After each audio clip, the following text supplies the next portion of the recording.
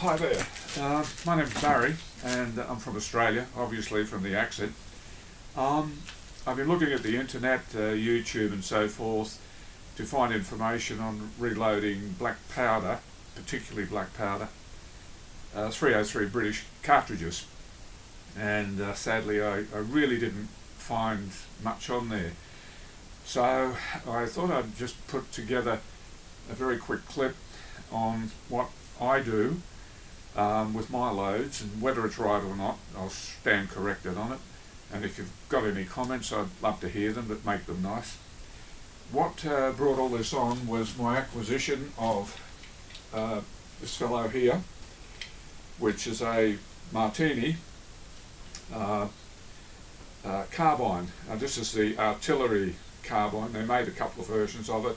One was for the cavalry, one was for the artillery fellows, and this is an artillery carbine. It of course originally started off as a 5.77 450, no doubt, in about the 1880s, and they were later converted to the 303 caliber, which was becoming more of a military caliber in black powder. With the advent of smokeless powders and cordite, the Metford barrels would not take the usage of those powders. The Metford barrel apparently was designed to be easy to clean, but did not take the powders. It would only take black powder. So hence, this having a Metford barrel, I love to shoot it with black powder. So therefore, I started to experiment with a few different loads and so forth.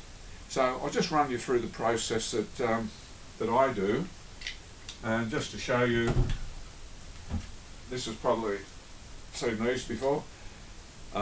This is a standard 5.77 450 in pretty well pristine condition, shoots beautifully, has a lovely barrel, and I was very, very lucky to acquire it, and hopefully can pass it on down the track to someone who can also appreciate it. So anyway, it was also a presentation gun back in 1888 for a shooting competition, and I hold this gun very dear to heart. Anyway, that's not what we're here for. We're here to, pardon my back, here to show you what I do. So I'll just go into it now using my Lee press. Okay, just to start off here, starting off with the basic cartridge being deprimed. I tend, when I use black powder, because they get very dirty, I tend to tumble them after I deprime them, and make them a little bit nice and clean, purely for appearance sake, and so you can see any cracks or flaws or problems or issues as well. So I won't go into that process, because anyone watching this will know what they do with that, but I use the Lee press, and I find it's very, very good for this purpose, because it not only loads my 5.77 450 cartridges, which are these big fellows here, with about 80 grains of black powder, but it's also very good for using the 303 dyes as well. Okay, what I do, I use a 2FF black powder, which is locally available here in Australia, and it's a fairly clean burning powder, I've found, and I use in the 303s. Of course, the 303 cartridge originally held around about 70 grains of black powder, but there's no way you're going to get 70 grains in here. They used a different process to what we use with the loose powder. I've found that 50 grains is okay, but it will take 52 grains without any problem. So I'm using 52 grains, better to go over than under, and I'll just run through the process here. Very, very basic.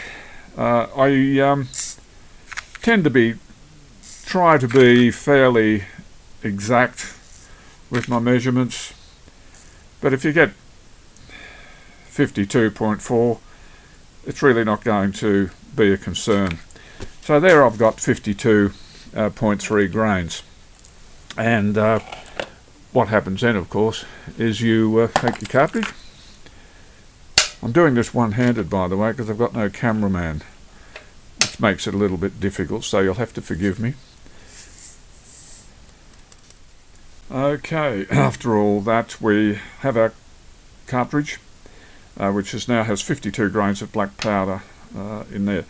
What I do now is I use a wad that I've cut, and I think they're 5/16, and they fit perfectly. I place one of those into the top, and then I push it down about 5 mil, something like that, just so I can get an idea of my next step. And the next step is probably fairly important in that you put a wax wad, very similar to the Martini Henry, and I just use a mixture of animal fat, beeswax and so forth in there.